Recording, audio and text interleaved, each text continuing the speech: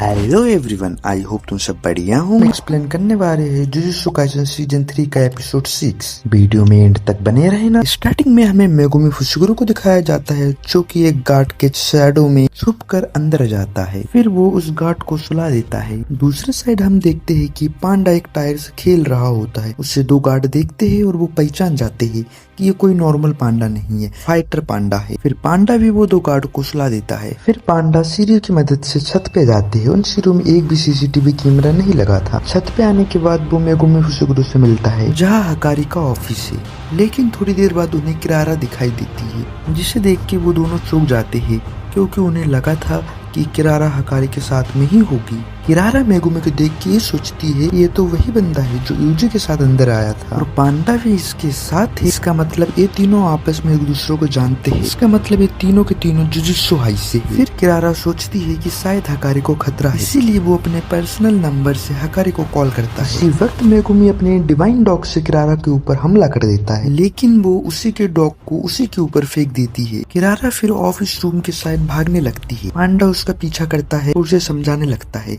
कि वो उसके दुश्मन नहीं है, वो हकारी से मदद मांगने आए हैं।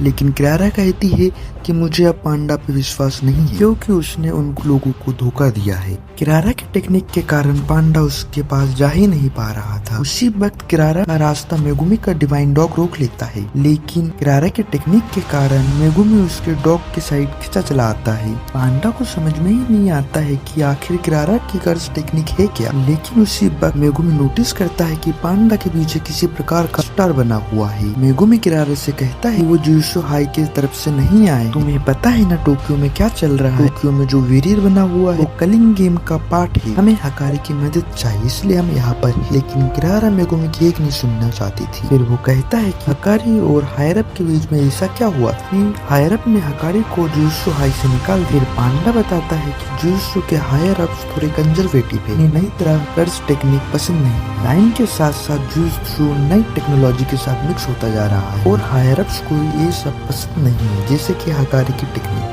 किरारा कहती है कि हायर अप्स तो हमेशा से ही पागल दिमाग के कच्चे रहे हैं, लेकिन उनका रायता समेटने के लिए गोजू है। तुम्हें हकारी की मदद क्यों चाहिए? मेगुमी कहता है कि गोजू सेंसे को सील कर दिया गया है।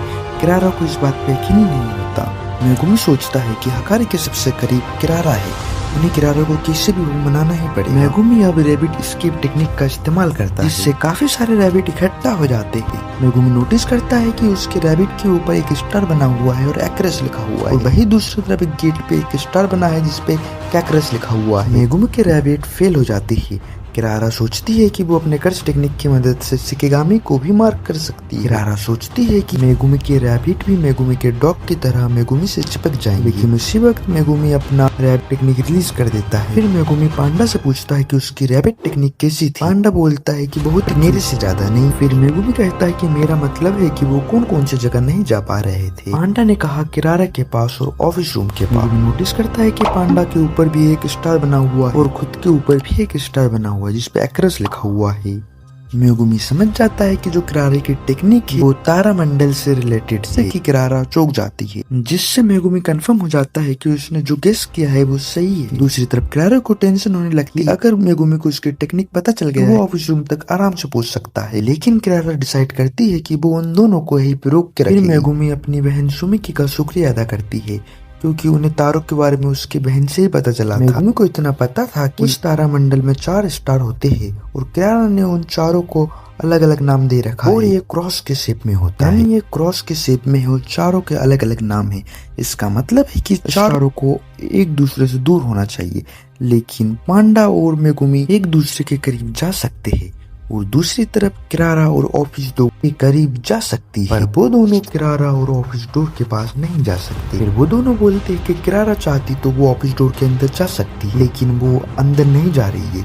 फिर पांडा कहता है कि हो सकता है कि ऑफिस डोर के अंदर जाने का कोई 5वां रास्ता हो, तो पहले उन्हें उसे ढूंढना होगा, उसी के बाद वो किरारा या ऑफिस डोर के पास जा सकते हैं। फिर किरारा एक कार के पास जाती है, उस पर एक स्टार बनाती है, EMI लिखती है, उसको पांडा के ऊपर फेंक के मारती है। पांडा उस कार को उठा के दूर फेंक देता है, लेकिन वो कार वापस पांडा के में आके लगता है। फिर मेगुमी सोचता है कि किरारा को किसी चीज पे स्टार बनाने के लिए इसी बॉडी को छूना पड़ता होगा, लेकिन फिर वो सोचता है उसने तो मुझे छुआ ही नहीं, लेकिन मेरे डिवाइन डॉग को छुआ है। फिर मेगुमी गेस करता है कि बॉडी को नहीं, शायद कर्स एनर्जी को ही छूना पड़ता होगा, यानी कि वो सीधा इंसान को नहीं कर्स एनर्जी को ही मार्क कर सकती है। कार और डोर में स्टार बनाने के लिए पहले उनमें कर्स एनर्जी डालनी पड़ी होगी। फिर मेगुमी आसपास कर्स एनर्जी चीजों को देखने लगता है। फिर मेगुमी को पार्किंग स्पॉट दिखाई देती है जहाँ पे कर्स एनर्जी होता है, जिसपे मिमोसा लिखा हुआ होता है, यानी कि वही 5वां स्टार है।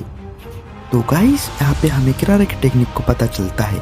किरारे की जो टेक्निक है उसका नाम लव रेंडेवूज, जिसमें वो साउदर्न क्रॉस तारामंडल का इस्तेमाल करती है, जिसमें वो अपने टारगेट को 5 अलग अलग स्टार दे सकती है। अगर वो 2 चीजों को सेम स्टार देती है तो वो आपस चिपक जाएंगी, जैसा कि मेगुमी और उसके शिकिगामी के बीच में हो रहा। अब एक स्टार दूसरे स्टार के पास तभी जा सकता है जब एक कोई फिक्स रास्ते पे चले, यानी कि पांडा को पहले मिमोसा स्टार को छूना पड़ेगा, उसके बाद ही वो किरारा या ऑफिस के अंदर जा सकता है। फिर मेगुमी अपना एक रैबिट पांडा को देता है। पांडा उस रैबिट को पार्किंग स्पॉट के साइड फेंक देता है, जिससे कि वो रैबिट पार्किंग स्पॉट को छू लेता है, यानी कि मेगुमी ने मिमोसा स्टार को दिया होता है। फिर किरारा मेगुमी के साइड एक कार उठा के फेंकने वाली होती है। उसी वक्त किरारा के पीछे मेगुमी की डॉग आ जाता है। फिर किरारा सोचती है कि मेगुमी ने तो उसके डॉग को रिलीज किया ही नहीं होता है, उसने उसके डॉग को एक जगह छुपा के रखा होता है। अब वो मेगुमी के डॉग और मेगुमी के बीच में किरारा की टेक्निक दोनों आपस में चिपकने वाले होते, पर बीच में किरारा होती है जो कि मेगुमी और डिवाइन डॉग के बीच में जाती है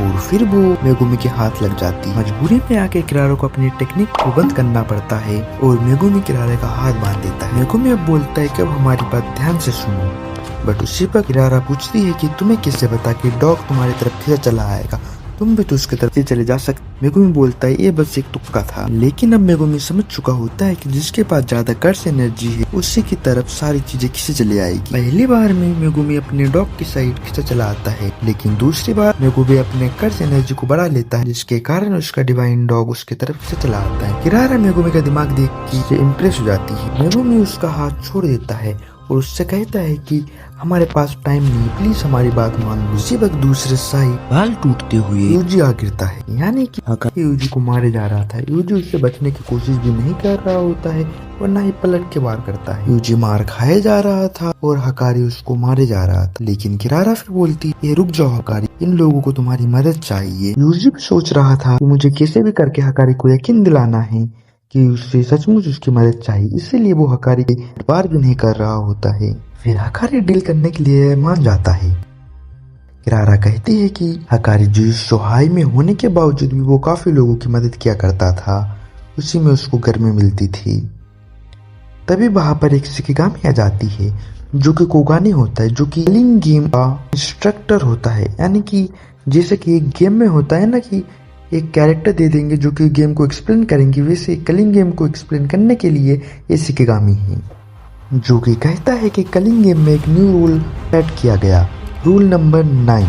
कोई भी प्लेयर दूसरे प्लेयर की कोई भी जानकारी देख सकता है, उसका नाम, उसके पास कितने पॉइंट है, वो कौन से बैरियर में है, उसने कितने रूल ऐड करवाए हैं। रूल नंबर 9 ऐड करने वाला होता है कासिनो, जिसने इतने कर्ज को मार चुका होता है कि वो एक नए रूल ऐड कर सके। कासिनो को सब लोग बहुत ही कमजोर लग रहे थे, उसे तो उसी के जमाने यानी 400 साल पहले के ही सॉर्सर ताकतवर लगते थे। अभी तो जितने भी आ रहे सब के सब उसके लिए कमजोरी है। वो वह सबसे स्ट्रॉन्गेस्ट यानी शकुना से लड़ना चाहता था, जिसके लिए उसने 100 पॉइंट इकट्ठा करे और एक नया रूल को ऐड किया, जिससे वो किसी भी बंदे का नाम, उसके पास कितने पॉइंट है, वो कौन से वेरियर में है, उसने कितने रूल ऐड करवाए हैं, ये सब के बारे में पता लगा सकता है। तो गाइस यहीं पे हमारा जुजुत्सु काइसेन सीजन 3 का एपिसोड 6 खत्म होता है। अगर आपको वीडियो पसंद आए है, वीडियो को लाइक कर दो, कमेंट कर दो, और वीडियो को अपने दोस्तों के पास शेयर कर दो। मिलते हैं एक और नए वीडियो में।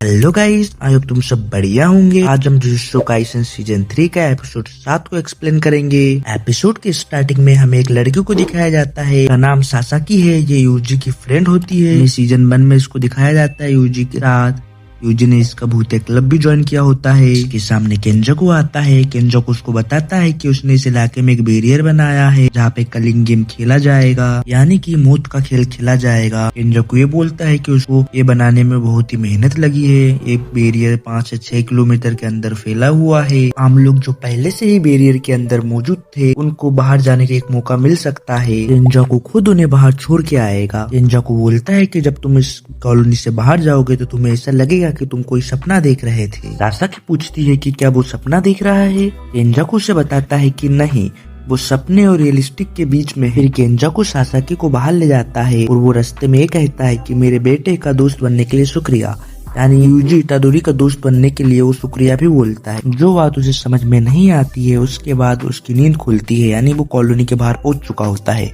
जहाँ पे वो उसके पुराने दोस्तों से मिलता है। यहाँ पे जितने भी लोग मौजूद थे सब के सब बैरियर से बाहर निकल चुके थे। उन्हें एक बड़ा सा काला बैरियर दिखाई दे रहा था। फिर सासाकी को यूजी की याद आती है। वहीं दूसरे साइड में दिखाया जाता है कि मेगुमी और इतादोरी हकारी को बोलते हैं कि गोजो सातोरू सील हो चुका है। ये सुनकर हकारी एकदम शॉक हो जाता है। वहीं पे दूसरे साइड बोलता है कि प्रिंसिपल यागा अब इस दुनिया में नहीं रहे। ये सुनकर मेगुमी, इतादोरी, हकारी सब शॉक हो जाते हैं। फिर हकारी कहता है कि मुझे जिन जिन लोगों ने सपोर्ट किया है वो सबका इतना बुरा हाल हो चुका है। पांडा कहता है कि शिबुया इंसिडेंट के बाद हायर अप्स के लोग प्रिंसिपल यागा के पीछे पड़ गए थे। जो हायर अप्स होते हैं प्रिंसिपल यागा की टेक्निक से डर लगने लगता है, इसलिए उन्होंने प्रिंसिपल यागा को मरवा दिया है। ये सुनकर यूजी को बुरा लगता है और वो पांडा के बारे में सोचता है कि पांडा को भी कितना बुरा लग रहा होगा, क्योंकि पांडा के लिए तो प्रिंसिपल यागा पिता के समान थे। पांडा बोलता है कि मैं ठीक हूँ अभी। हकारी को भी ये सुन के बुरा लगता है।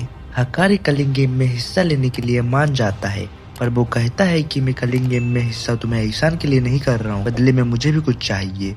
पांडा जानता था कि वो जुजुत्सु के कानून में कोई बदलाव करना चाहता है। हकारी जुजुत्सु के कानून को बदलना इसलिए चाहता था कि वो अंडरवर्ल्ड में फाइट क्लब चलाता था, जिससे कुछ आम लोगों को जुजुत्सु के बारे में पता चलना ही था। फिर पांडा कहता है कि अभी कर्स एनर्जी के बारे में सभी को पता चल चुका है, तो वैसे भी जुजुत्सु के कानून में बदलाव तो आने ही है। मेगुमी कहता है कि मैं तुम्हारी मदद कर सकता हूँ। हकारी उसको कहता है तू करेगा मेरी मदद। मेगुमी कहता है मैं ही जेनिन क्लैन का लीडर हूँ। हकारी कहता है कि पहले 2 बात से ज्यादा सरप्राइज वाली बात तो ये हुई। फिर हकारी बोलता है क्या तुम मुझसे दोस्ती करोगे। हकारी मन ही मन में सोचता है अगर 3 बड़े क्लैनों में से एक क्लैन का हाथ उसके ऊपर रहा तो वो कोई से भी लॉ बनवा सकता है। फिर वो सब बैठकर डिसाइड करने लगते कि कौन कौन से कॉलोनी में जाएंगे। उसी वक्त वहाँ पे एक शिकिगामी यहाँ पहुँचता है। इसका नाम कोगामे है। वो यहाँ कलिंग गेम की खबर देने आया है कि एक बंदा जिसका नाम कासिमो है उसने अपना 100 पॉइंट खर्च करके एक रूल ऐड करवाया, जिस रूल के तहत कोई भी प्लेयर दूसरे प्लेयर का नाम, उसने कितने पॉइंट बनाए, कितने रूल ऐड किए, वो कौन से कॉलोनी में है, सारे डिटेल जान सकता है। वो हमें कहता है कि पहली बार जब वो आया था उस बार से उसका बिहेवियर अभी थोड़ा चेंज दिख रहा है, क्योंकि पिछले बार वो ऑफिशियली इंस्ट्रक्टर के रूप में आया था, लेकिन वो इस बार यूजी की खबरी बन के आया है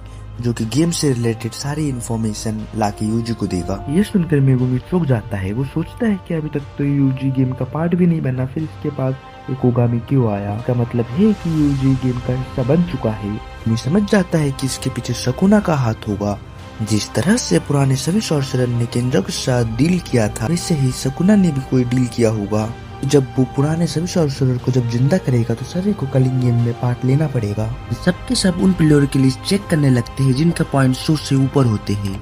में सबसे पहला नाम उन्हें दिखता है कासिमो का, जिसने 200 पॉइंट इकट्ठा कर लिए, यानी कि उसने 40 लोगों को मार चुका है। फिर ये लोग सोचते हैं कि अगर किसी भी तरीके से उन्होंने कासिमो को मना लिया तो उन्हें किसी को मारने की जरूरत नहीं पड़ेगा। फिर वो कोगामी से पूछते हैं कि ऐसे कितने प्लेयर हैं जिनके 100 से ऊपर पॉइंट है, तो ऐसा कासिमो के अलावा बस एक ही प्लेयर था, हिगुरुमा। इनका एम होता है कि इन लोगों से इसे रूल ऐड किया जा सके, जिससे कि सुमुकी जैसे मासूम लोग जब चाहे कलिंग गेम को छोड़ सकते हैं। लेकिन पहले इन्हें रूल नंबर 8 को चेंज करना पड़ेगा। रूल नंबर 8 ये है कि किसी भी प्लेयर का अगर 19 दिन तक पॉइंट चेंज नहीं हुआ तो उसका कर्स एनर्जी चला जाएगा, यानी इसका मतलब वो समझ जाओ क्या होने वाला है, यानी वो टपक जाएगा। लेकिन पहले तो उन्हें एक रूल ऐड करना पड़ेगा जिससे कि वो एक दूसरे को पॉइंट ट्रांसफर कर सके, चेंज हो सके उनके बीच में पॉइंट का, जिससे कि उन्हें किसी की जान लेने की जरूरत नहीं पड़ेगी। और दूसरा रूल ये ऐड करने की सोचते हैं कि कोई भी अपना पॉइंट देके गेम छोड़ के जा सकता है। हकारी कहता है कि इतना बड़ा रूल तो गेम ही खत्म कर देगा, गेम मास्टर इस रूल को मानेगा ही नहीं। मेगुमी कहता है कि हम इसमें एक कंडीशन ऐड करेंगे, जैसे कि अगर कोई प्लेयर गेम छोड़ के जाना चाहता है तो उसके जगह उसको एक रिप्लेसमेंट लाना पड़ेगा। इनका प्लान बन चुका था।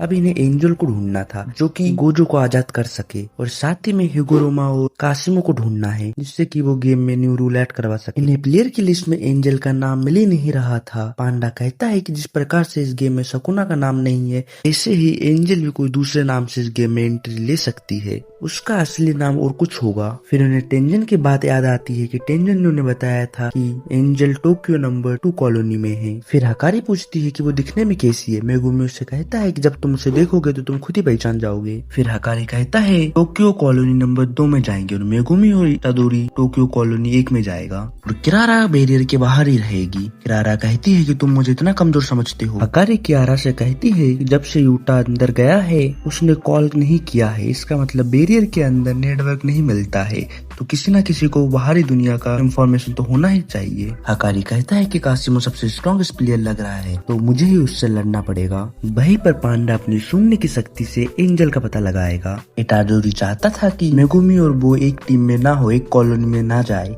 क्योंकि उसे डर था कि शकुना मेगुमी के साथ कुछ कर ना दी। पर मेगुमी उसे कहता है कि ऐसा कुछ नहीं होने वाला, और हकारी ने जो प्लान बनाया है वो एकदम सही है। अगले ही दिन 12 नवंबर को ये सब कॉलोनी में पहुंच जाते हैं। कोगामे इन्हें एक्सप्लेन करता है कि इस बैरियर के अंदर कलिंग गेम चल रहा है, अगर ये लोग बैरियर के अंदर गए तो ये लोग कलिंग गेम का प्लेयर बन जाएंगे। पांडा, हकारी, मेगुमी और यूजी इतादोरी इसके लिए हाँ बोल देते हैं। दूसरे साइड हम कॉलोनी नंबर 1 में हानियो नामक एक औरत को देखते हैं जो कि वॉकी टॉकी से रिन से बात कर रही होती है, जो कि उससे बोलती है कि और कितना टाइम लगेगा। वही रिन आसमान की साइड देखते हुए किसी चीज का वेट कर रहा होता है। उसी वक्त बाहर से ऊपर से उसे कोई आता हुआ दिखाई देता है। वही बाहर पर यूजी इतादोरी और मेगुमी फुशिगुरो दोनों बातचीत कर रहे होते। मेगुमी यूजी से कहता है कि हमारे पुराने सॉर्सरर से बच के रहना पड़ेगा, क्योंकि उनके लिए इंसानों की जान का कोई कीमत ही नहीं होता। हजारों साल पुराने सॉर्सरर को लड़ने में ही मजा आता होगा, तभी उन्होंने इंजाकू के साथ कांटेक्ट किया है, तभी वो कलिंग गेम का पार्ट बने। हिगुरामा और कासिमो पुराने सॉर्सरर ही लग रहे हैं, तो वो आसानी से इन लोगों की बात नहीं मानने वाली। यूजी कहता है कि हमें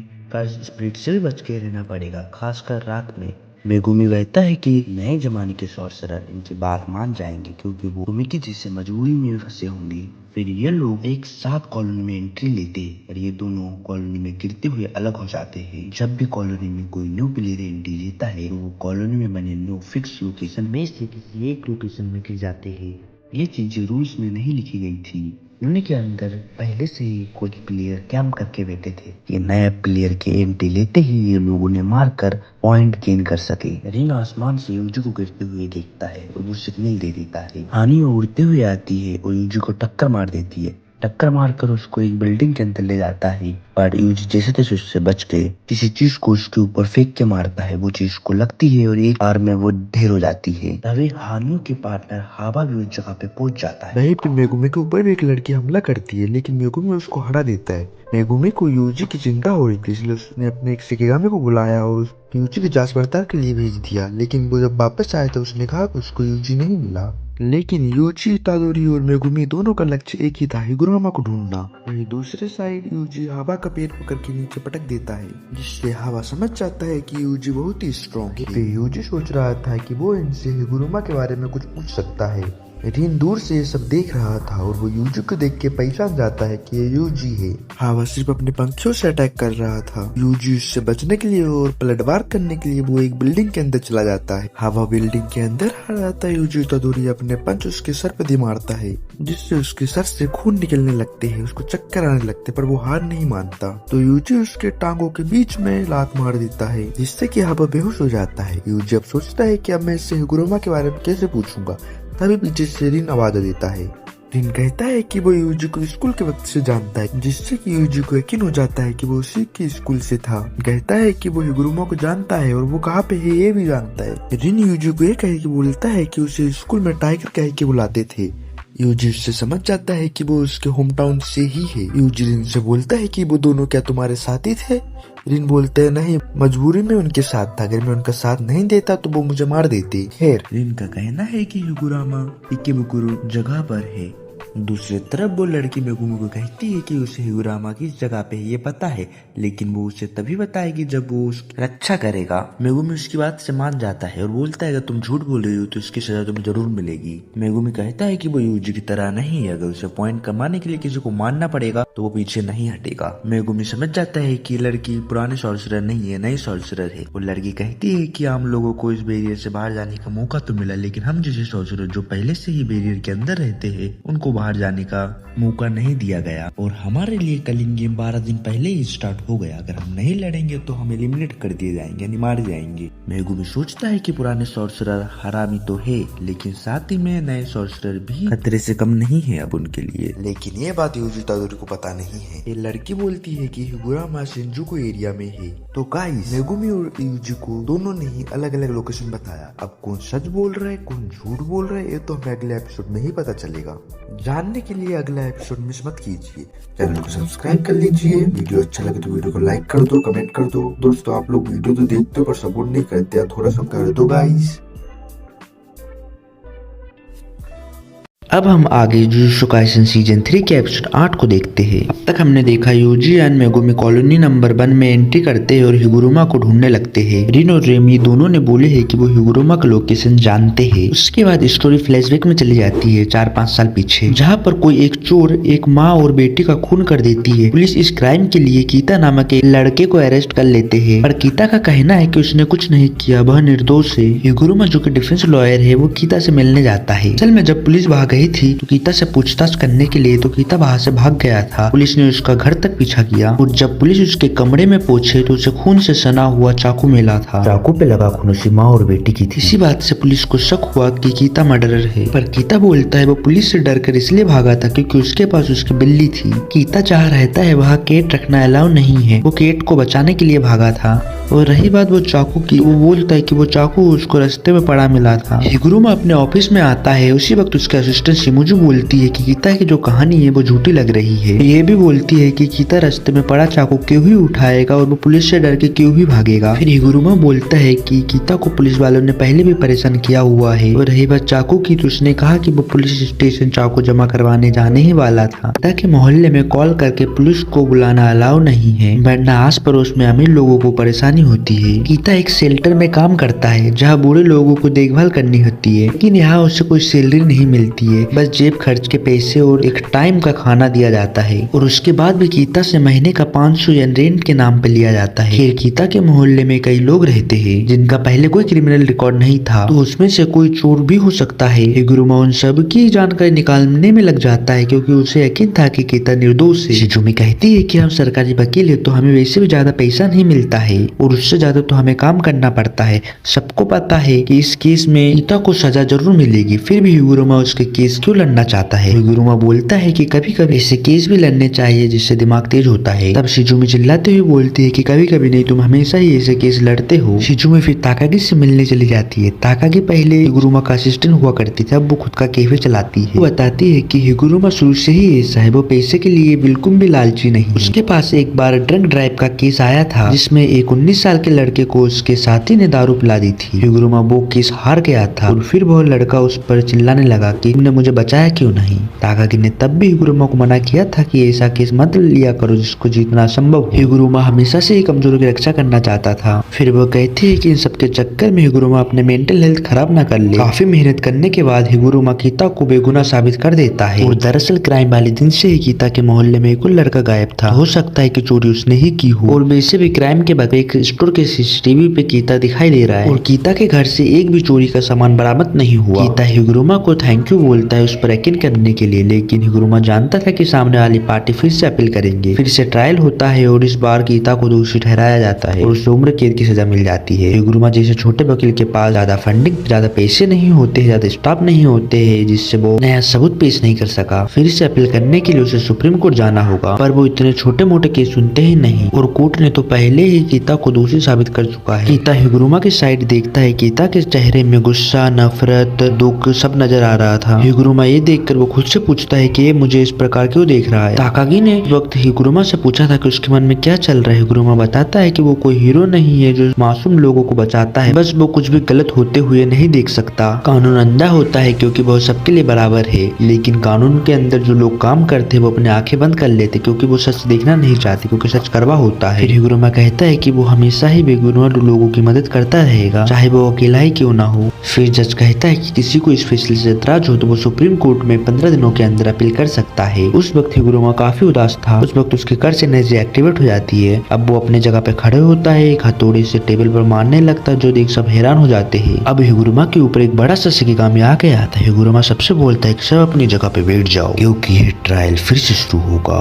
कहानी प्रेजेंट में आती है। तब हमें पता चलता है कि हिगुरुमा भी कलिंग गेम का पार्ट है। हमने एपिसोड 7 के एंड में देखा था कि रिन और रेमी दोनों ही बोलते हैं कि वो दोनों हिगुरुमा का लोकेशन जानते हैं, लेकिन सच तो ये है कि उनमें से कोई एक झूठ बोल रहा है। हम एक आदमी को देखते हैं जिसके पास ढेर सारी परिचय थी। वो अपने अगले शिकार का इंतजार कर रहा था। दूसरे साइड हमें रिन का फ्लैशबैक दिखाया जाता है। जब रिन स्कूल में था तब कुछ लड़के एक स्टूडेंट को बुली कर रहे थे। रिन दूर से ये सब देख रहा था और मन में सोच रहा था कि इस लड़के को खुद के लिए आवाज उठाना चाहिए, वरना ये लोग हमेशा परेशान करते रहेंगे। लेकिन रिन कुछ नहीं करता, दूर से सब देख रहा था। तभी एक दूसरा स्टूडेंट आता है और उन बुली करने वाले लोगों को रोकने लगता है। रिन बोलता है कि एक और गधा आ गया है इनसे पिटने, लेकिन यह स्टूडेंट और कोई नहीं अपना यूजी होता है। फिर यूजी उन बुलियों को ऐसा मारता है ये सब देख कर रिन शौक हो जाता है। फिर कहानी वापस प्रेजेंट में आता है। रिन यूजी को एक थिएटर के पास ले जाकर बोलता है कि हिगुरुमा इसके अंदर है। यूजी उसे शुक्रिया करता है और वो अंदर जाने लगता है। रिन कहता है कि वो खुद तो कभी हिगुरुमा से नहीं मिला, लेकिन हिगुरुमा ने हावा को बहुत ही बुरी तरीके से पीटा था। यूजी बोलता है कि वो खुद को संभाल सकता है और अंदर जाने लगता है। रिन उसे कुछ बताना चाहता था लेकिन वो कुछ कह नहीं पाता। दूसरी तरफ रेमी भी मेगुमी को लेकर एक जगह जाती है। असल में रेमी ने झूठ बोला था। रेमी उससे रेजी के पास लेकर आई। ये सब देखकर मेगुमी बहुत ही गुस्सा हो जाता है और वो तुरंत डिवाइन डॉग को समन कर लेता है। मेगुमी बोलता है कि उसके पास फालतू का टाइम नहीं है। दूसरे साइड यूजी थिएटर के अंदर हिगुरुमा से मिलता है। हिगुरुमा उस वक्त एक बार टब के अंदर लेटा हुआ था, वो भी पूरे कपड़े पहनकर। हिगुरुमा यूजी से बोलता है कि उसे ऐसा करने से सुकून मिलता है। यूजी सीधे उससे काम की बात करने लगता है और हिगुरुमा बोलता है कि मैं एक लॉयर और मुझसे बात करने की फीस 5000 येन है। ये सुनकर तो यूजी चौंक जाता है, लेकिन हिगुरुमा बस मजाक कर रहा था। हिगुरुमा बोलता है कि मैं देखना चाहता था कि लालची वकील बनके कैसा लगता है। यूजी समझ जाता है कि हिगुरुमा कोई पुराना सोर्सरर नहीं है, बल्कि एक आम इंसान है जिससे जुजुत्सु की पावर अभी अभी मिली है। तो हो सकता है कि यूजी हिगुरुमा को अपने बातों से मना ले। दूसरी साइड रेज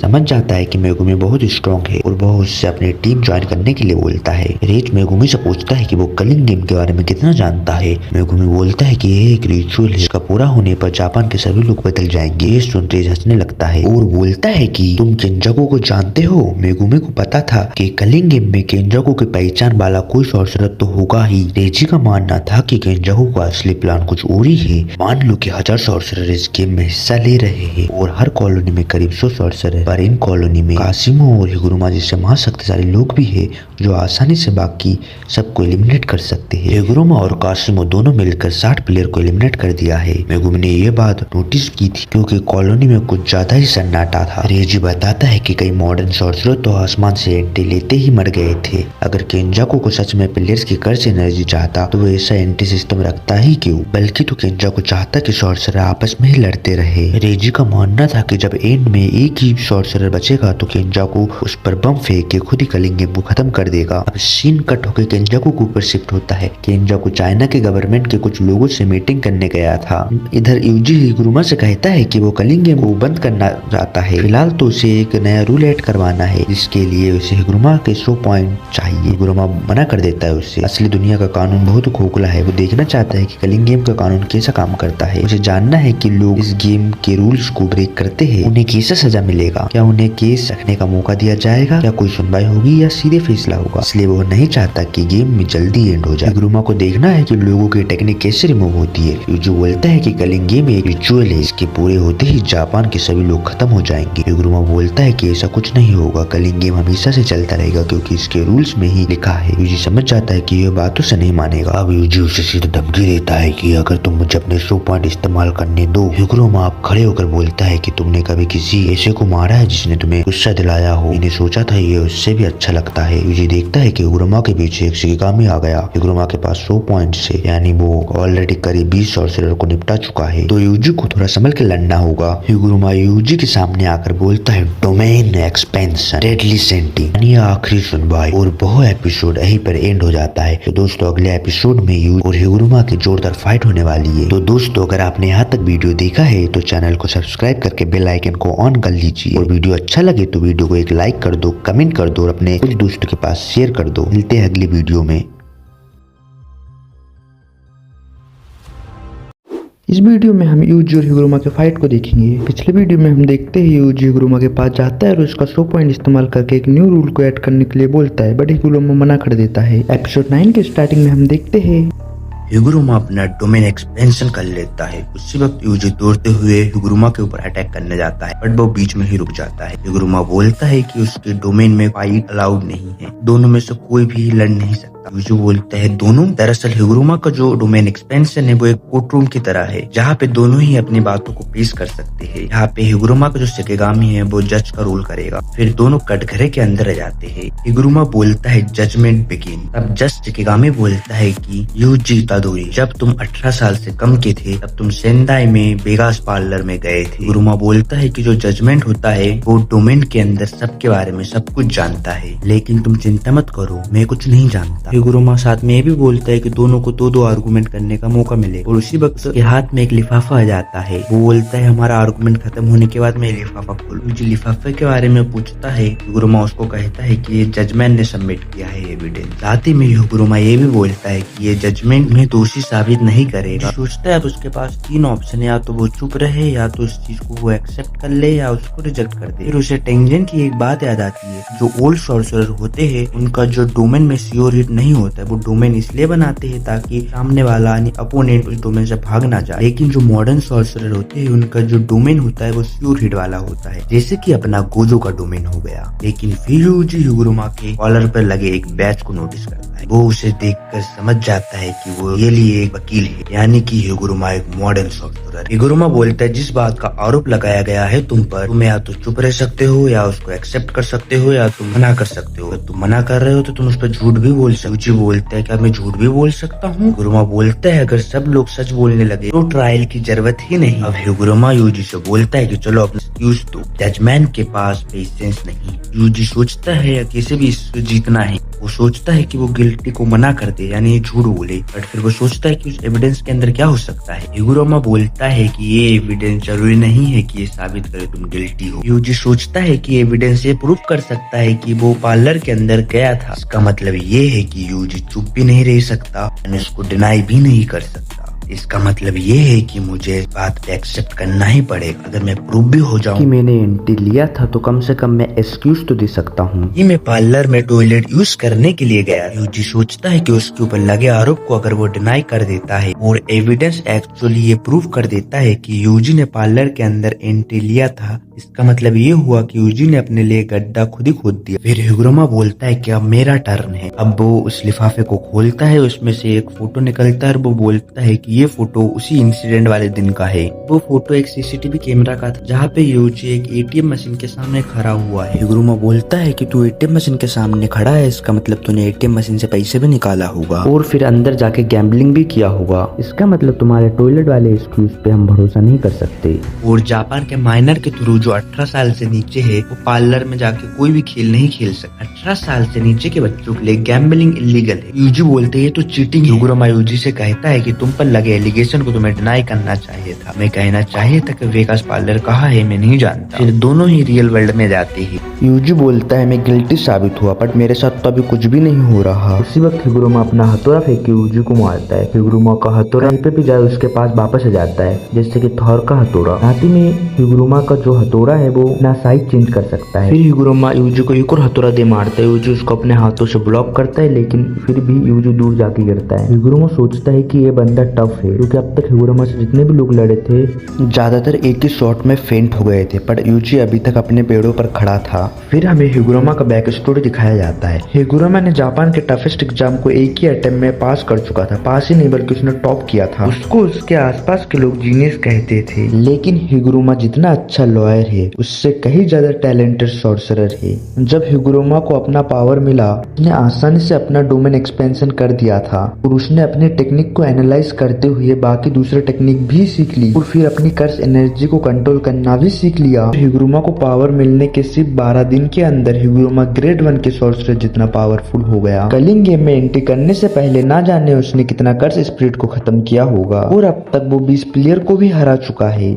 अब हिगुरामा अपने हथौड़े को काफी बड़ा और लंबा करता है, फिर उससे यूजी पे अटैक करता है फिर वो अपने हथौड़े को बार बार यूजी के साइड फेंकता है, हथौड़े को वापस बुलाता है, वापस यूजी के साइड फेंकता है, लेकिन यूजी किसी तरह सारे अटैक से बच रहा था। हिगुरामा यूजी से पूछता है, क्या तुम अपने कर्स एनर्जी का इस्तेमाल नहीं कर पा रहे हो क्या? यूजी बोलता है, नहीं, इसके पीछे भी जरूर तुम्हारा ही हाथ होगा। हिगुरामा बोलता है कि जिसे भी कॉन्फिस्केशन की सजा मिलती है वह कुछ टाइम के लिए कर्स टेक्निक का इस्तेमाल नहीं कर पाता। हिगुरामा सोचता है कि शायद यूजी के पास कोई कर्स टेक्निक नहीं है, इसलिए उसकी कर्स एनर्जी को ही उड़ा दिया। तो कर्स टेक्निक हर सॉर्सरर का एक स्पेशल पावर होता है, ताकि मेगुमी अपनी शिकिगामी को समन कर सकता है। गोजो के पास इन्फिनिटी हो गया, पर्पल ब्लू जैसे अटैक, लेकिन यूजी के पास तो कोई टेक्निक ही नहीं है, बस वो हैंड टू हैंड कॉम्बैट ही करता है। सोचता है कि बिना कर्स एनर्जी के भी यूजी उसके सामने टिका कैसे है। इसका मतलब उसका शरीर में ही इतना ताकत है, लेकिन किसी आम इंसान का शरीर इतना ज्यादा ताकतवर कैसे हो सकता है? ज्यादातर सॉर्सरर जब अपने टेक्निक खो देते हैं तो बहुत ही कमजोर हो जाते हैं, लेकिन यूजी के पास तो कर्स एनर्जी ही नहीं है, उसके बाद वो उसके सामने टिका हुआ है। हिगुरामा सोचता है उसे यूजी को हराने के लिए उसे अपनी पूरी ताकत का इस्तेमाल करना होगा। वह फिर से यूजी पर अटैक करने लगता है, जिससे यूजी नीचे स्टेज पर गिरता है। वो हिगुरामा को बारटब ही फेंक के मार देता है, लेकिन हिगुरामा उस बारटब से बचते हुए अपना हथौड़ा यूजी की तरफ फेंक के मारता है। हथौड़ा को यूजी ब्लॉक करने के बाद भी यूजी नीचे की साइड दबने लगता है। हिगुरामा को ऐसा लग रहा था कि वो खिलौने के साथ खेल रहा है जो कभी नहीं टूटने वाला। इधर यूजी की हालत खराब हो रही थी। यूजी सोच रहा था कि हिगुरामा की भी कोई ना कोई कमजोरी होगी। तभी यूजी बोलता है उसे रिट्रायल चाहिए, इस केस की सुनवाई फिर से की जाए। उसके बोलते ही दोनों वापस हिगुरामा के डोमेन में चले जाते हैं। जजमैन जिसे भी सजा सुनाता है उसके पास ये अधिकार होता है कि वो रिट्रायल का डिमांड कर सके, जब तक वह इंसान खुद अपना गुनाह कबूल न कर ले। जजमैन बोलता है कि यूजी पर एग्जाम है, शिबुया में ढेर सारे लोगों को मारा है। अब ये सुन यूजी बोलता है कि हाँ, ये सच है और मैं अपना गुनाह कबूल करता हूँ। दरअसल शिबुया में जो भी इंसिडेंट हुआ था वो उसने यूजी ने नहीं किया था, वो शकुना ने किया था। फिर भी यूजी ने गुनाह को कबूल कर लिया। यूजी अपने गुनाह कबूल करते ही जजमैन कहता है कि यूजी अब तुम्हें मौत की सजा सुनाई जाती है। दोनों ही अब रियल वर्ल्ड में जाते हैं, लेकिन इस बार हिगुरामा के हाथ में हथौड़ा नहीं एक तलवार होता है। तलवार का नाम है एग्जीक्यूशन स्वॉर्ड। मौत की सजा सबसे बड़ी सजा है जो जजमैन सुना सकता है। ऐसा होने से हिगुरामा के हाथ में एक स्वॉर्ड जाता है और वो स्वॉर्ड जिसे भी छुएगा वो मर जाएगा। अगर ये एग्जीक्यूशन स्वॉर्ड शकुना या गोजो को भी छू लेता है तो ये भी मर जाएंगे। वैसे तो गोजो को छू नहीं सकते क्योंकि उसके पास इन्फिनिटी है, बट किसी भी तरह से उसको छू लेता है तो फिर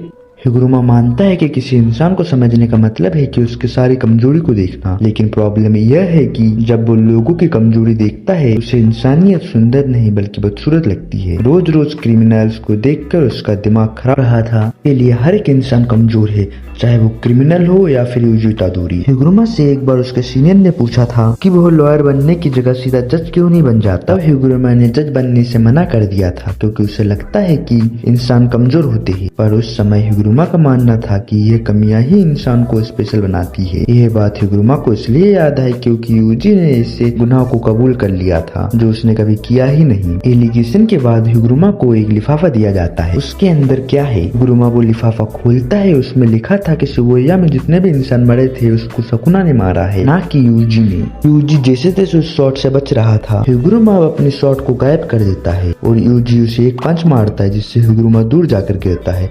यह देख यूजी भी कंफ्यूज हो गया था। हिगुरामा कहता है कि उस समय शकुना ने यूजी की बॉडी पर कंट्रोल किया हुआ था, यानी कि यूजी ने कोई क्राइम नहीं किया है। यूजी बोलता है कि फिर भी गलती तो उसकी ही है क्योंकि मैं कमजोर था, लेकिन तुमने अपनी तलवार को गायब क्यों किया? तो हिगुरामा कहता है कि मुझे याद आ गया कि मैं लॉयर क्यों बना था, शायद यूजी जैसे ही अच्छे लोग जिन्हें हिगुरामा की जरूरत होगी, और वह यूजी को अपने 100 पॉइंट्स देने के लिए भी मान जाता है। अब दोनों अब कुर्सी पर बैठ जाते हैं। हिगुरामा यूजी से पूछता है कि उसने कभी किसी को जानबूझकर मारा है है तो यूजी कहता है कि हाँ, जिस पे हिगुरुमा कहता है कि काफी बुरा लगता होगा ना। फिर यूजी की बात मानते हुए हिगुरुमा अपने 100 पॉइंट्स का इस्तेमाल करता है और एक नया रूल को ऐड करवाता है। प्लेयर्स एक दूसरे को पॉइंट ट्रांसफर कर सकते हैं और कागुन तुरंत ही वो नया नियम ऐड करवा देता है। इसके बाद हिगुरुमा अपना एक पॉइंट यूजी को ट्रांसफर कर देता है, यानी कि अब अगले 19 दिन तक यूजी बिल्कुल सेफ है। इसके बाद हिगुरुमा यहाँ से जाने लगता है। यूजी उसे बोलता है कि क्या तुम हमारी मदद कर सकते हो। तब हिगुरुमा बताता है कि जब उसने पहली बार कोर्ट में अपना डोमेन खोला था तब उसने वहाँ जज और सामने वाले लॉयर को मार डाला था जिन्होंने गीता को गलत सजा दिलवाई थी, और उससे ही हिगुरुमा को 2 पॉइंट मिले थे और बाकी 100 पॉइंट उसने कॉलोनी में आने के बाद हासिल किए थे।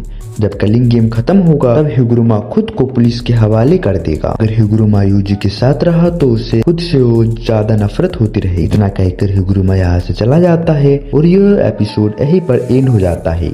तो दोस्तों, यूजी ने एक नया रूल को ऐड करवा दिया है।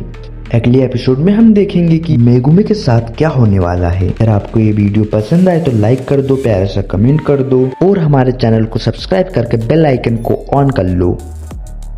क्या हो अगर एक ऐसा गेम चल रहा हो जिसमें आखिर में सिर्फ एक ही स्ट्रॉन्गर सॉर्सरर बचे और फिर सब कुछ खत्म कर दिया जाए। तो दोस्तों, आई होप तुम सब बढ़िया होंगे। हम इस वीडियो में जुजुत्सु काइसेन सीजन 3 एपिसोड 10 की बात करने वाले हैं, जहाँ कहानी एक खतरनाक मोड़ लेती है। पिछले वीडियो में हमने देखा हिगुरुमा यूजी की बात मानकर एक नया रूल को ऐड कर देता है। अब प्लेयर्स अपने पॉइंट एक दूसरे को ट्रांसफर कर सकते हैं। दूसरी तरफ रेजी मेगुमी को एक शॉकिंग बात बताता है कि केंजाकू का असली प्लान कुछ और ही है। इसके अनुसार जब हर कॉलोनी में सिर्फ एक स्ट्रॉन्गर सॉर्सरर बचेगा तब एक बड़ा बम गिराया जाएगा और वहीं पे कलिंग गेम को खत्म कर दिया जाएगा। तब हम नोटिस करते हैं कि रेजी स्ट्रॉन्गेस्ट लोगों से दोस्ती कर रहा है ताकि वो ज्यादा पॉइंट कलेक्ट कर सके, और रेमी वो लोगों को ट्रैप करके रेजी तक पहुंचाती है। मेगुमी समझ जाता है कि ये दोनों मिलकर खेल खेल रहे हैं और रेजी से कहता है अपने पॉइंट्स मुझे दे दो, मैं एक नया रूल ऐड करूंगा। लेकिन रेजी साफ मना कर देता है और तभी शुरू होती है लड़ाई। अचानक एक प्लेयर पीछे से मेगुमी पर अटैक करता है, लेकिन मेगुमी अपनी शैडो टेक्निक से गायब होकर उसे नीचे पटक देता है। फिर मेगुमी अपने शिकिगामी डिवाइन डॉग को अटैक करने के लिए भेजता है। रेजी भी पीछे नहीं हटता और अपने साथी हाजिनोकी के साथ मिलकर धमाकेदार अटैक शुरू कर देता है। हाजिनोकी की खासियत ये है कि वो अपने बॉडी पार्ट से ब्लास्ट कर सकता है। इसी बीच सबसे बड़ा ट्विस्ट आता है। रेमी मेगुमी के पीछे से स्टॉप कर देती है क्योंकि वो चाहती है कि कोई उसे प्रोटेक्ट करे और उससे प्यार करे। मेगुमी समझ जाता है कि लड़की रियलिटी में नहीं अपने इल्यूजन में जी रही है। तभी कोगा ने अनाउंस करता है पॉइंट ट्रांसफर वाला रूल ऑफिशियली ऐड हो चुका है। मेगुमी तुरंत समझ जाता है कि यूजी अपना मिशन पूरा कर चुका है। तभी एंट्री होती है सबसे मजेदार कैरेक्टर की, ताकावा। ताकावा खुद को कॉमेडियन बताता है, लेकिन उसकी पावर देखकर सब शौक रह जाते हैं। ताकावा की जो पावर है वो है कि उसको कुछ भी चीज फनी लगेगा वो रियलिटी में कन्वर्ट हो जाएगा। ताकावा को इस पावर के बारे में उसको पता नहीं है। ताकावा की पावर का डिसएडवांटेज भी है कि अगर उसको कुछ चीज फनी नहीं लग रहा है वो रियलिटी में कन्वर्ट नहीं होगा, यानी वो फाइट के दौरान कुछ नहीं कर सकता। लेकिन अगर उसको उसका जोक फनी लगता है तो वो कुछ भी कर सकता है। ताकावा आता है और बोलता है कि यहाँ पे बैटल 2v1 हो रहा है, ये तो बहुत ही नाइंसाफी हो रहा है। वो डिसाइड करता है मेगुमी की साइड से लड़ने की। फिर वो हाजिनोको को एक में उड़ा देता है। मेगुमी डिसाइड करता है कि हम अलग अलग लड़ेंगे। ताकावा चला जाता है हाजिनोको से लड़ने और मेगुमी क्या करता है रेजी का। अब रेजी अपना कस्ट टेक्निक रिवील करता है। उसके रिसिप्ट में जो लिखा होता है वो रियलिटी बन जाती है। पेट्रोल, ट्रक, ड्रोन सब कुछ बना सकता है। यहाँ तक उसके पास एक होटल की रिसिप्ट है जिससे 3 रातों का रेस्ट भी मिल जाता है। एक तरफ मेगुमी काफी थक चुका होता है क्योंकि वो लगातार अपने शिकिगामी यूज करता है। रेजी उसे दबाने लगता है, सिचुएशन बहुत ही क्रिटिकल हो जाती है। लेकिन तभी मेगुमी एक बड़ा डिसीजन लेता है। वो कहता है मैं बैरियर कंप्लीट नहीं कर सकता हूँ, लेकिन इस जगह को अपना डोमेन बना सकता हूँ। फिर बहुत डोमेन एक्सपेंशन कीमेरा शैडो गार्डन इस्तेमाल करता है। रेजी देख कर शौक हो जाता है। मेगुमी रेजी से फाइट करता है। दोनों ही बहुत ही हार्ड सिचुएशन में थे। रेजी सोचता है कि मेगुमी काफी ज्यादा ताकतवर है, लेकिन फिर भी वो उसको हरा सकता है। वहीं पे दूसरी तरफ मेगुमी सोचता है कि उसका जो डोमेन है वो उसमें बैरियर नहीं है, इसीलिए उसको कुछ ऐसा और वाला इलाका ढूंढना पड़ेगा जहाँ पे वो डोमेन एक्सपेंस कर सके बट साथ में रेजी वहां से भाग ना सके। यहाँ पे ओपन एरिया है, यहाँ पे अगर वो डोमेन एक्सपेंशन करेगा तो रेजी यहाँ से आसानी से भाग सकता है। तो वो ऐसी जगह पे भाग जाता है जहाँ पे क्लोज एरिया हो, चारों तरफ से घिरा हुआ हो, ताकि वो जगह मेगुमी के डोमेन के लिए बैरियर का काम करे। मेगुमी वहां से भागने लगता है, रेजी उसका पीछा करने लगता है। फिर दोनों एक जगह पे चले आते हैं। अब मेगुमी अपना डोमेन एक्सपेंशन करता है मेरा शैडो गार्डन। रेजी देखता है कि ये बंदा डोमेन एक्सपेंशन कर सकता है, इसका मतलब ये है कि ये बंदा कोई आम सॉर्सरर तो नहीं है। एंड एपिसोड 1 पे खत्म हो जाता है और हमें छोड़ देता है कि एक बड़े सवाल के साथ मेगुमी रेजी को हरा पाएगा। अगर आपको ये वीडियो पसंद आया हो तो वीडियो को लाइक कर दे, कमेंट में बताओ कि आपको ये एपिसोड कैसा लगा, और अगर आप ऐसे ही एनिमे एक्सप्लेन वीडियो देखना चाहते हैं, एनिमे से रिलेटेड कंटेंट देखना चाहते हैं, तो चैनल को सब्सक्राइब कर लो और बेल आइकन को ऑन कर लो। तो दोस्तों आपको मेरी वीडियो छोटी लग रही होगी क्योंकि मैंने बनाया ही छोटा है, और छोटे बनाने का कारण ये है कि मैं वीडियो को अपलोड कर रहा हूँ, उसमें ना ही ज़्यादा व्यू आ रहा है ना ही ज़्यादा लाइक आ रहा है। इस वीडियो में अगर अच्छे खासी रिस्पॉन्स आ जाती है तो अगला वीडियो में पूरा फुल डिटेल एक्सप्लेनेशन करने की कोशिश करूँगा। मिलते हैं एक अगले वीडियो में, तब तक के लिए bye bye. Jujutsu Kaisen episode 11 की स्टार्टिंग में हम देखते हैं कि मेगुमी अपना डोमेन एक्सपेंशन करता है। मेगुमी के डोमेन का नाम है काइमेरा शैडो गार्डन। इसके काउंटर में रेजी secret technique hollow wicker basket का इस्तेमाल करता है, जो कि एक सिंपल डोमेन है। यूजर इसको इस्तेमाल करने के बाद डोमेन का गारंटीड इफेक्ट को खत्म कर देता है, यानी डोमेन को बेअसर कर देता है। रेजी होलो विकर बास्केट के अंदर होता है। मेगुमी का 2 मेंढक रेजी का 2 पैर पकड़ता है और खींच डालता है, जिसके कारण मेगुमी रेजी के ऊपर अटैक कर पाता है। एंड रेजी सोचता है कि ये बंदा मेरे ऊपर अटैक कैसे कर रहा है। फिर देखते हैं मेगुमी रेजी के ऊपर पंच मारता है। रेजी अपने काउंटर में अपने जीप से कुछ निकालता है, जिसको देख के मेगुमी पीछे की साइड कूद जाता है अपने डिफेंस में। वो जो जीप से निकालता है वो अपने पैरों में जो मेंढक का जीप होता है तो एक मारता है, जिसके कारण उसका जीप उसका कॉन्टेक्ट टूट जाता है। एंड वो अपने पैरों की उंगली से अपना रिसिप्ट निकालता है एंड आसपास के इलाकों को बूम कर देता है। फिर रेजी मेंढकों के चंबुल से बच नीचे आता है एंड मेगुमी से कहता है कि तू अभी जीता नहीं है, ज्यादा उड़ मत। उसी वक्त मेगुमी पीछे की साइड आता है एंड रेजी को एक पंच मारता है। रेजी बोलते अब जाके समझ में आया। अभी तक तो मेगुमी का जो डोमेन है वो इनकम्प्लीट था, लेकिन डोमेन के अंदर मेगुमी का जो पावर है ये तो 20 गुना तक बढ़ जा रहा है। एंड इस वक्त रेजी मार खाते हुए ये सोच रहा है कि मेगुमी का डोमेन में गारंटी हिट नाम की कोई चीज है ही नहीं, बट डोमेन के कारण उसकी जो पावर बढ़ी है वो नेक्स्ट लेवल में ले जाती है। रेजी मेगुमी से डिस्टेंस मेंटेन करने के लिए मेगुमी से वो दूर जाता है एंड मेगुमी न्यू का इस्तेमाल करता है, लेकिन हम देखते हैं कि रेजी ने रिसिप्ट से 3 कार्ड बुला रहा है और शैडो में डालता है। एंड रेजी मेगुमी बताने में मार रहा है तो बहुत ही लो है। एंड यहाँ पर हम देखते हैं कि रेजी ने जो 3 कार्ड को समन किया था वो 3 कार्ड मेरा शैडो के अंदर ही धसा चला जा रहा है, जिसके कारण मेगुमी हिल नहीं पा रहा है। शैडो के अंदर जितने भी बेट होगा पूरा का पूरा बेट मेगुमी को महसूस होगा। रेजी बोलता है कि चीजों को छुपाना एंड चीजों को बाहर लाना शैडो से तेरे लिए बहुत ही आसान होता होगा ना। फिर रेजी बोलता है कि मुझे एक बात खटक रही है, तेरे पास ज्यादा हथियार क्यों नहीं है? अभी तक मैंने तेरे को एक कस टूल से ही लड़ते हुए देखा, तो शायद टूल की कैपेसिटी कम है, जिसके लिए तेरे को अपने शैडो में मजबूरन खाली जगह बनाना पड़ता होगा। और अगर ये नहीं है, शैडो में जो भी बेट होगा वो बेट तेरे को फील होगा। रेजी का अंदाजा यहाँ पे सही निकला एंड फिर रेजी बोलता है कि मैंने तेरा ही डोमेन को तेरे ही खिलाफ इस्तेमाल कर चुका हूँ। रेजी बोलता है कि 3 गाड़ी का वजन यानी 2.5 टन के लगभग वजन तू अभी झेल रहा है, क्या तू अब भी कोई शिकिगामी को समन कर सकता है? फिर रेजी एक और अपना रिसिप्ट निकालता है ताकि वो उसके शैडो में और भी चीजें डाल सके, ताकि मेगुमी का वजन बहुत ज्यादा हो जाए एंड वो फिनिश हो जाए। दरअसल जो एक इंसान होता है वो अपने बॉडी वेट का 5 से 6 गुना वजन ही झेल सकता है। फिर मेगुमी बोलता है कि तू थोड़ा पागल है क्या? डोमेन तो आखिर डोमेन होता है ना, वही वो इनकम्प्लीट क्यों ना हो। मेरा शैडो ऊपर भी है। उसी वक्त वो ऊपर से अपना हाथी को रेजी के ऊपर फेंक देता है। अब दोनों ही काफी सारा वजन झेल रहा होता है एंड मेगुमी यहाँ पे एक डायलॉग बोलता है, वो था कि देखते हैं कि किसका दम पहले निकलता है। रेजी गाइस, आप चैनल में नए हो तो चैनल को सब्सक्राइब कर दो और वीडियो पसंद आ रही हो तो वो वीडियो को लाइक कर दो। एंड रेजी हाथी के वजन से परेशान होकर वो सोचता है कि मेगुमी के शैडो के अंदर चला जाए, लेकिन रेजी डरता है कि वो मेगुमी के शैडो में चला जाए एंड मेगुमी अपना मेन बंद कर दे तो वो कभी उसके शैडो से बाहर नहीं आ पाएगा। और शैडो में जाने के बाद अगर शैडो में ऑक्सीजन ना मिले या कुछ पानी जैसा हो तो वो हमेशा ही उसके अंदर फंसा रह जाएगा एंड कुछ ही समय में उसका दम घुट के वो मर जाएगा। फिर मेगुमी सोचता है कि मुझे अब मेरा तुरुप का इक्का का इस्तेमाल करना ही पड़ेगा, लेकिन उसी वक्त देखते हैं कि रेजी शैडो के अंदर धसा चला जाता है। शैडो में वो नीचे जाते ही जाता है। थोड़े समय बाद वो अपने कार की मदद से उस शैडो से बाहर आ जाता है एंड वो मेगुमी को कहता है कि मेरे जो रिसिप्ट है वो अपना काम करने के बाद गायब हो जाते हैं, लेकिन मैंने अपने कार को कोई भी ऑर्डर नहीं दिया था, जिसके कारण वो गायब नहीं हुए थे। एंड रेजी शैडो से बाहर आने के बाद उसका एक कार गायब हो जाता है। वो बोलता है 2 कार का वजन भी अब भी काफी है तेरे लिए, कम से कम मेरी जान तो बची।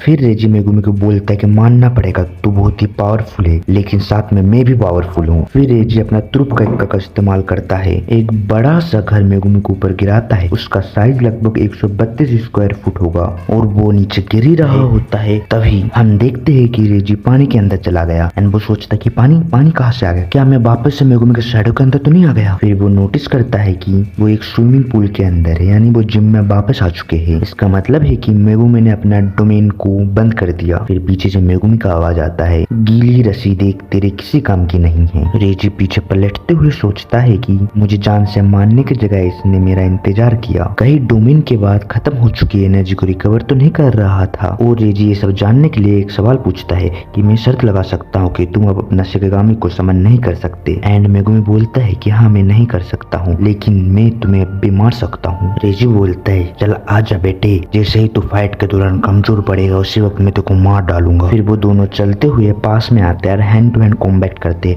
दोनों की फाइट क्या ही लग रही थी भाई। हैंड टू हैंड कॉम्बैट में रेजी मारता है, मेगुमी मारता है, दोनों एक दूसरे का अटैक डॉच करते हैं, फिर लड़ते हैं ये दोनों। और फिर फाइट के दौरान मेगुमी अपने डीमन डॉग को समन करता है। डीमन डॉग रेजी को एक पंजा मारता है एंड रेजी को घायल कर देता है। रेजी जमीन में लेटा हुआ था, उसके शरीर से खून निकलता है। वो मेगुमी से पूछता है तू इस जिम में मुझसे छुपने के लिए नहीं आया था, बल्कि तू मुझे यहाँ पे लाना चाहता था। डोमेन को बंद करने के बाद तूने मुझ पर अटैक नहीं किया क्योंकि तू मुझे यकीन दिलाना चाहता था कि तू अब डिवाइन डॉग का इस्तेमाल नहीं कर सकता। रेजी मेगुमी से कहता है कि सारे के सारे सॉर्सरर झूठे होते हैं। इसे रेजी ने इसलिए कहा क्योंकि इससे पहले रेजी ने मेगुमी से पूछा था ना कि तू अब अपना शिगामी का इस्तेमाल नहीं कर सकता।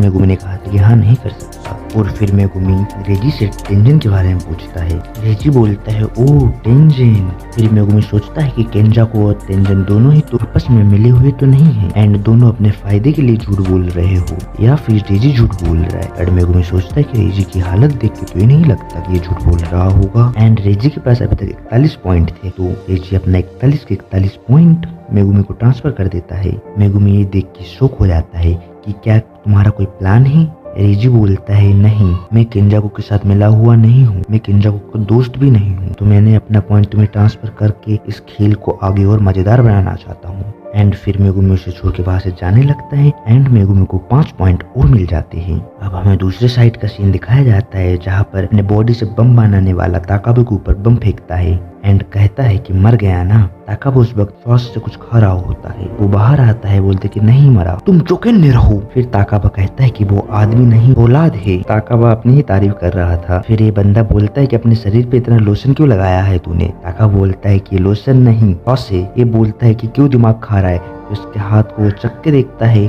तो वो बोलता है तो सचमुच सॉस है। वो मन ही मन में सोचता है कि सर्किट आखिर है और मैंने इस पे इतना बम ब्लास्ट किया, इसके बाद भी इसको कुछ नहीं हुआ एंड इसके सारे के सारे का अपने आप ठीक हो गए, जहाँ की दूसरे सॉर्सरर को रिवर्स कर्स टेक्निक का इस्तेमाल करना पड़ता है। इस बंदे का नाम हाजिनोकी है। हाजिनोकी के पास उसका फुगाने आता है एंड उसको बोलता है कि तुम्हारे पार्टनर रेजी का अभी मौत हो चुका है। ये सुनकर वो पूरा चौंक जाता है एंड वो बोलता है कि मुझे नहीं खेलना, मैं घर जा रहा हूँ। ताकाबा बोलता है ठीक है, घर जाके नहा लेना और ब्रश भी करना जाके। ताकाबा को याद आता है कि भाई उसको उसका पॉइंट लेना है, तो फिर वो उसके पीछे आता है बोलता है कि सुनो अपना पॉइंट तो दे दो।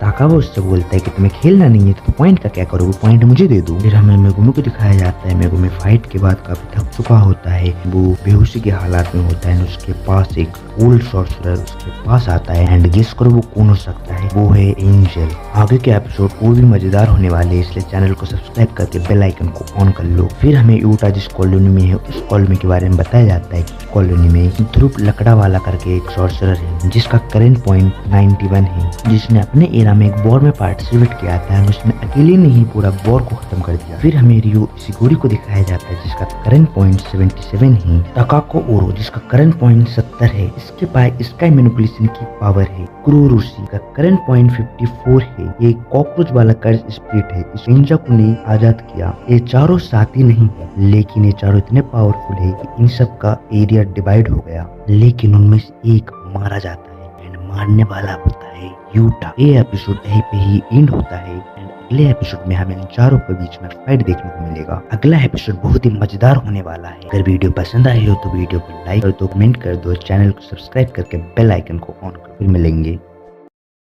हेलो दोस्तों, पिछले वीडियो में हमने देखा कि रेजी मेगुमी के साथ फाइट करता है एंड मेगुमी वो फाइट को जीत जाता है। उसके बाद हमें सेंदाई कॉलोनी के बारे में बताया जाता है जिसमें हमें सबसे पहला सॉर्सरर ध्रुव लकड़ा वाला को दिखाया जाता है एंड उसके बाद हमें रियो इशिगुरो को दिखाया जाता है। फिर हमें ताकाको ओरो एंड कुरोरोशी को दिखाया जाता है फिर हम देखते हैं यूटा ने डुप्लिकेट वालों को फिनिश कर दिया है। इस वीडियो में हम जुजुत्सु काइसेन सीजन 3 का एपिसोड 12 को देखेंगे। ये एपिसोड सीजन 3 का लास्ट एपिसोड है। इस वीडियो को लास्ट तक देखना मजा आएगा। एपिसोड के स्टार्टिंग में हम देखते हैं यूटा न्यू रूल को ऐड करने के बारे में सोचता है। वो सोचता है कि मेगुमी ने बोला है कि टोटल 2 रूल को ऐड करने के लिए। वो सोचता है कि 2 नहीं 4 रूल को ऐड करना है। कॉलोनी के बीच में आने जाने का रास्ता है, कॉलोनी के बीच में बातचीत का जरिया भी होना चाहिए। सीजन 3 में हमें पहली बार गोजो को दिखाया जाता है। हाँ, वो एक झलकी था बस। यूटा सोचता है कि गोजो सेंसे, मैं इस बार आपको आपके बेस्ट फ्रेंड की जान नहीं लेने दूंगा। किंजाको को जान तो इस बार मैं ही लूंगा, मैं अकेले ही उसको फिनिश करूंगा। फिर यूटा चलकर आम लोगों के पास आता है और उनसे कहता है कि तुम लोग अब सही सलामत हो, अब हमें यहाँ से जाना चाहिए। यहाँ से हम उत्तर के साइड बैरियर के पास चलते हैं।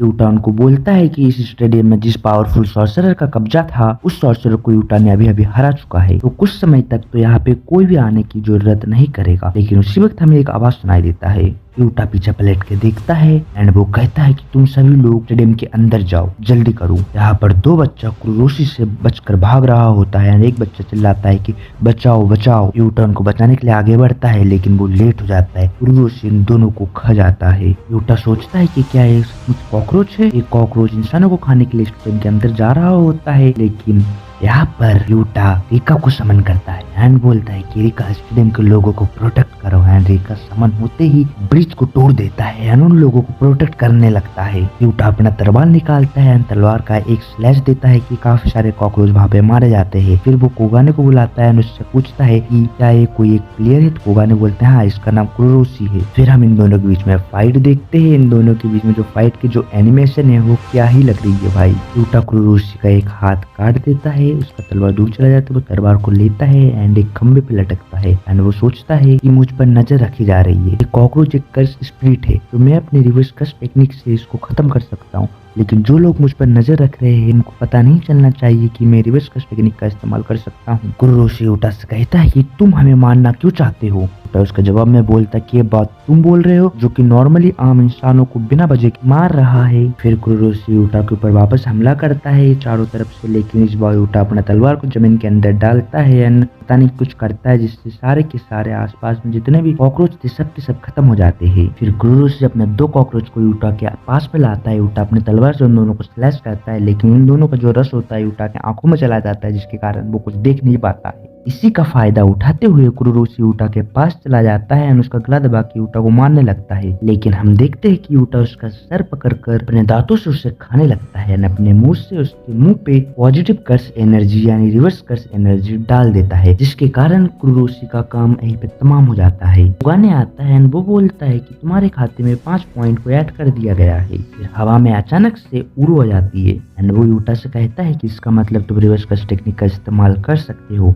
एंड वो स्काई मैनिपुलेट करके यूटा को एक पंच मारता है। यूटा दूर जाके गिरता है एंड बोलता है कि ये क्या हुआ। उसी वक्त पूरो उसके पास वापस आता है एंड स्काई मैनिपुलेट करके कोई पंच मारता है। यूटा भी उसको पंच मारता है लेकिन यूटा का पंच स्काई मैनिपुलेट करके डॉज कर जाता है एंड उरो वापस से उसको एक पंच मारता है लेकिन इस बार यूटा बहुत दूर जाके गिरता है। एंड यूटा समझ जाता है कि इस लड़की के पास स्काई मैनिपुलेट करने की पावर है। ये लड़की यूटा के पास आती है एंड उसको अपना पावर बताती है। वो लड़की सोचती है कि यूटा उस पर अटैक क्यों नहीं कर रहा है। फिर यूटा उसको बोलता है कि तुम मारे जाने पे शिकायत तो नहीं करोगे कि जो कमजोर लोग होते हैं वो पॉइंट के लिए तरसते हैं, लेकिन तुम जैसे ताकतवर लोग तो जब चाहे तब पॉइंट कलेक्ट कर सकते हैं। फिर यहाँ पे दोनों बातचीत करते हैं, दोनों एक दूसरे को ज्ञान देते हैं। फिर अचानक उस लड़की का दिमाग खराब हो जाता है एंड वो यूटा से बोलता है कि क्या तुम फौजीवारा खानदान से हो। एंड वो वापस से यूटा पे अटैक करना स्टार्ट कर देती है। वो लड़की यूटा का कॉलर पकड़ के आसमान में उड़ने लगती है। दोनों आपस में एक दूसरे को पंच मारते हैं हवा में। लेकिन उसी वक्त हम देखते हैं रियो इशिग्रो ग्रेनाइड ब्लास्ट कर देता है उन दोनों के ऊपर। अटैक देखकर यूटा समझ जाता है कि ये रियो इशिग्रो है। जो ग्रेनाइड ब्लास्ट है वो बहुत ही खतरनाक होता है।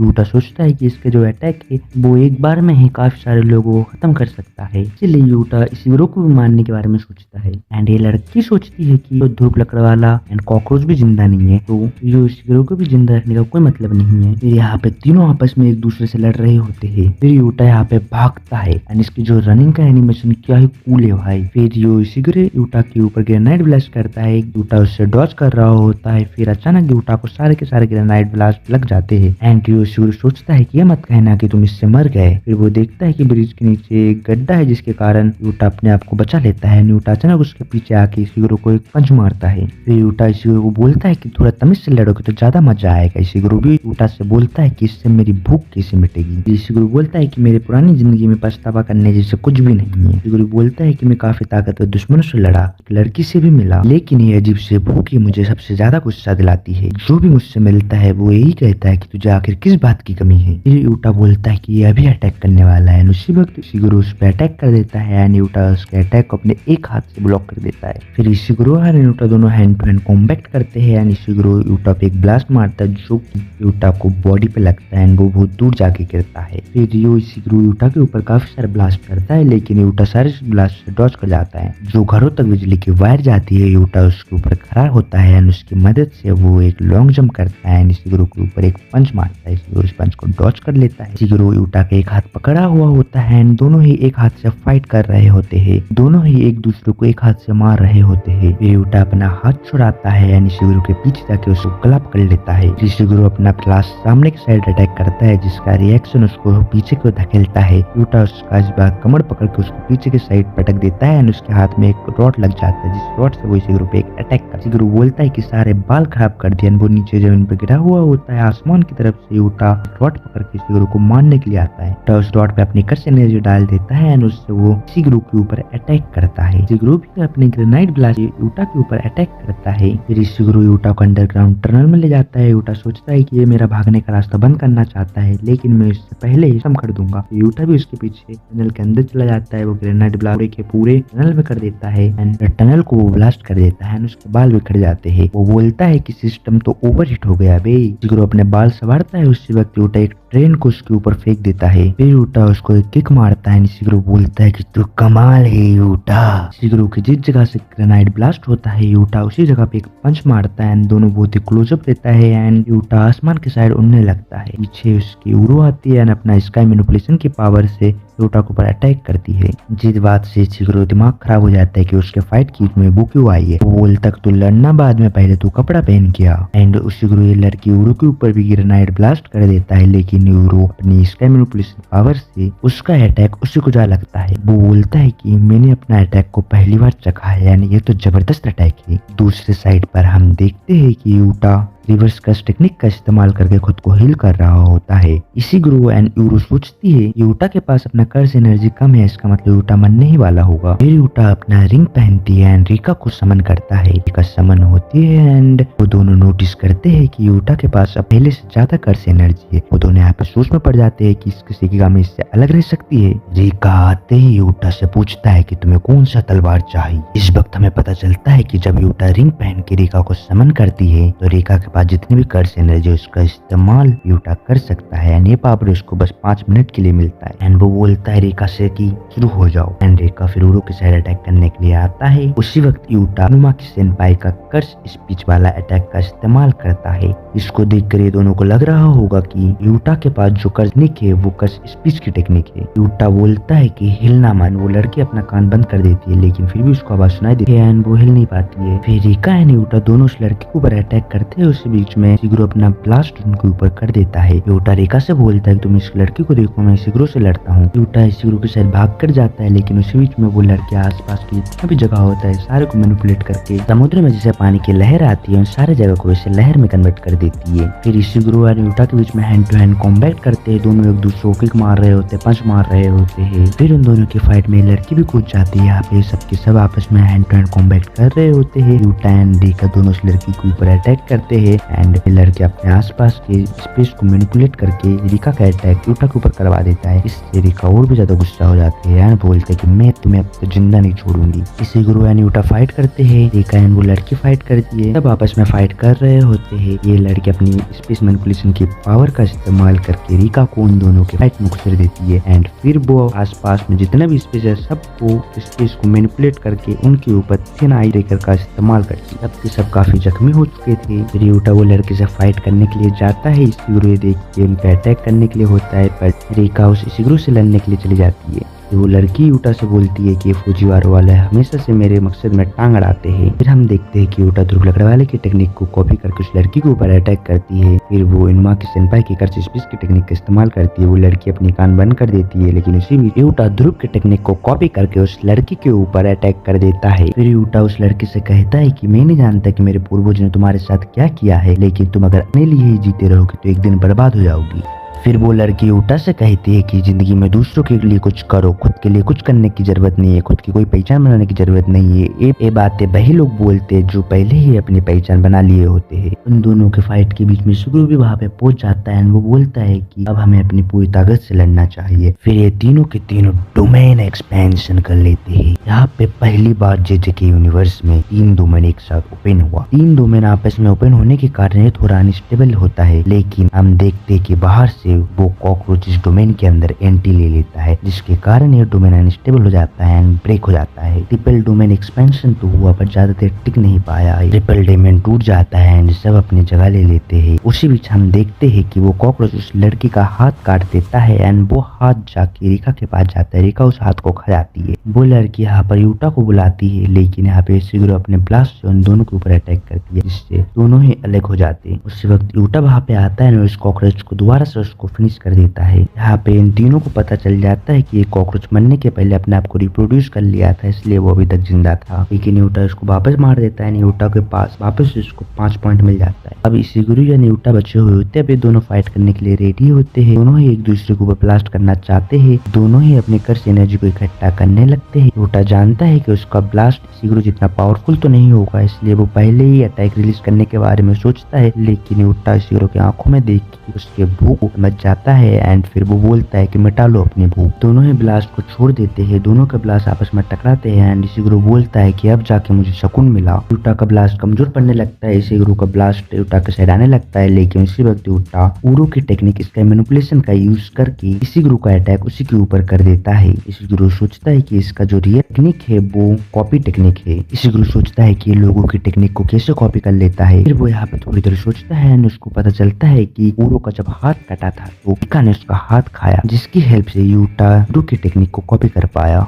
एंड फिर यूटा शिगुरो के पास में जाता है एंड इसका मैनिपुलेशन का अटैक करके शिगुरो को दूर फेंक देता है। एंड उसी वक्त यूटा का 5 मिनट का समय भी खत्म हो जाता है। यहाँ पर शिगुरो हार जाता है एंड वो बोलता है अब जाके मेरी भूख मिटी एंड वो जमीन पे गिर जाता है। फिर थोड़ी देर बाद शिगुरो होश में आता है एंड वो यूटा से कहता है कि तुम तो बड़े रहमदिल हो, अपने दुश्मन को इस प्रकार से छोड़ देना। लेकिन यूटा उस वक्त बोलता है कि मुझे तुम्हें मार कर भी कोई फायदा नहीं होने वाला। यूटा शिगुरो से बोलता है कि उरो ने भी यूटा से ही कहा था। शिगुरो बोलता है कि वो बिना कपड़े वाली लड़की अभी भी जिंदा है। फिर शिगुरो बोलता है कि डोमेन एक्सपेंशन के बाद हम सब कमजोर हो गए हैं। वो बोलता है कि उस लड़के तुम्हारे बीच में कुछ चल रहा है क्या? यूटा बोलता है जो समझना है समझ लो। शिगुरो बोलता है कि तुम इतना चिढ़ क्यों रहे हो? यूटा फिर उससे कहता है कि मुझे उसको समझाने के लिए अगर कुछ भी नहीं है, अगर मैं उसको कुछ समझाऊंगा तो फिर जंग छिड़ जाएगी। फिर यूटा बोलता है कि चलो मुद्दे पर आते हैं, अपने पॉइंट्स मुझे दे दो। शिगुरो बोलता है अगर तुम्हें हमसे पॉइंट नहीं चाहिए होते तुम हमको जान से मार देते ना। तो यूटा बोलता है कि शायद नहीं। फिर हमें उरो एंड यूटा का कन्वर्सेशन दिखाया जाता है। उरो यूटा से बोलती है कि जो भी हो जादूगर या कर्स पे जो भी अपनी शक्तियों की सीमा को पार कर जाते हैं उसमें घमंड आ जाते हैं, वो किसी की परवाह नहीं करते हैं एंड आखिरकार वो विनाश लेके आते हैं। फिर हम लोगों को सकुना का एक सीन दिखाया जाता है एंड एपिसोड यहीं पे एंड होता है। अगर आप लोगों को ये वीडियो पसंद आए तो वीडियो को एक लाइक कर दो, कमेंट कर दो, चैनल को सब्सक्राइब करके बेल आइकन को ऑन कर दो। फिर मिलेंगे एक नए वीडियो के साथ।